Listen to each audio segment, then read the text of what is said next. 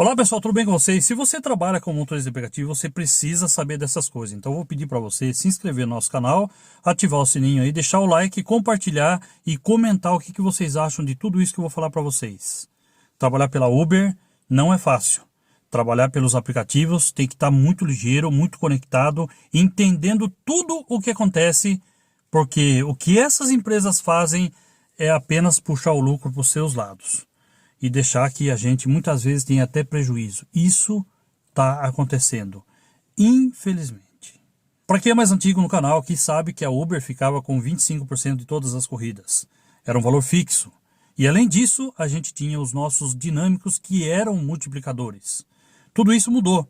Hoje não é nada mais fixo. Hoje as tarifas que a gente recebe, ela é variável.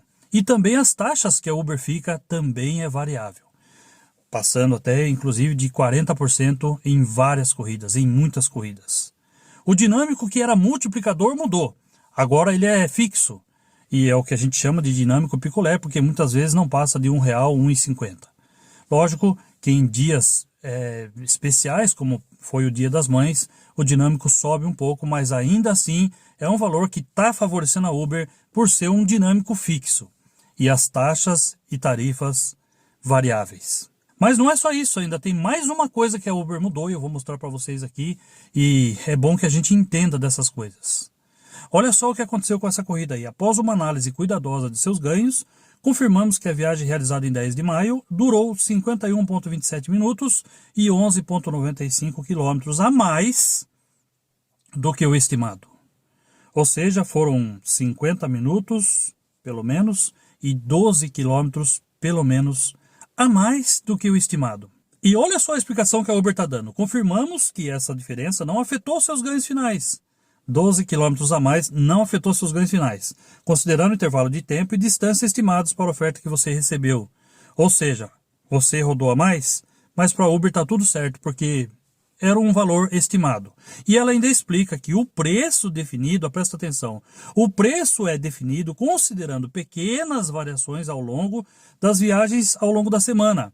Algumas viagens são mais longas e outras mais curtas do que o estimado. Ou seja, já não basta que a Uber fique aí com os seus ganhos, com as taxas variáveis, com as tarifas também que repassa para nós variáveis, sempre lá embaixo.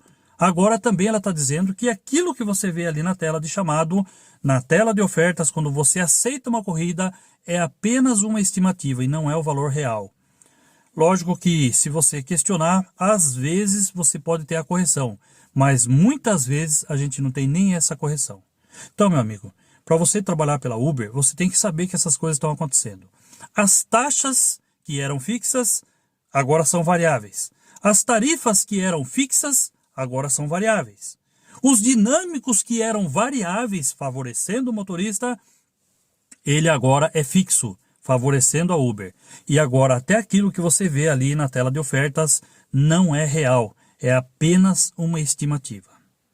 Portanto, a Uber está atravessando aí por pelo menos 3 fases. A fase onde ela pagava fixo, onde ela cobrava fixo e o dinâmico era multiplicador.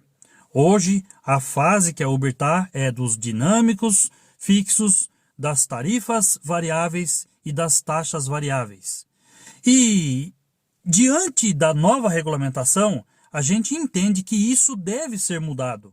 Porém, está aí na mão do governo, do jeito que está, o PL do jeito que está, e eu tenho que falar sobre isso agora, porque nós estamos aí no meio de uma regulamentação, e isso o governo não está observando.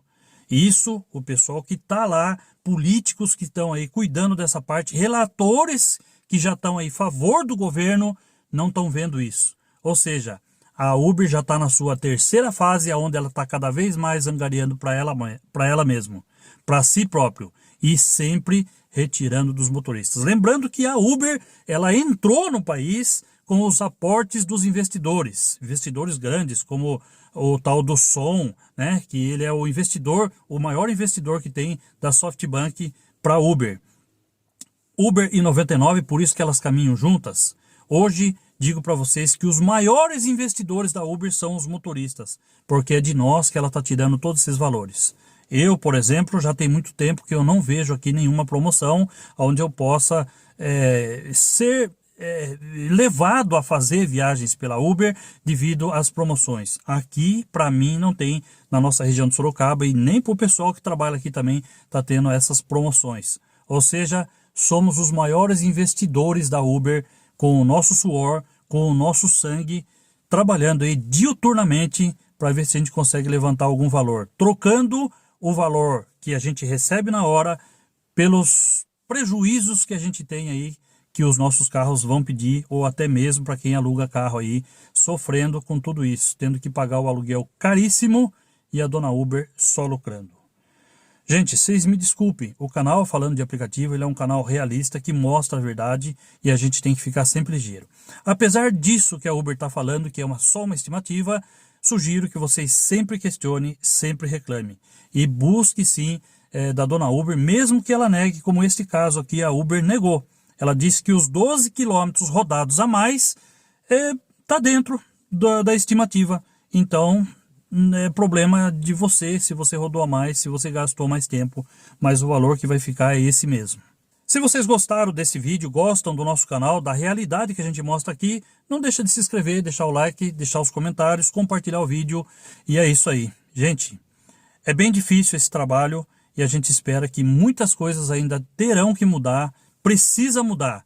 E nós estamos aqui para auxiliar no que for necessário. Um abraço, tamo junto, fique com Deus, até o próximo vídeo.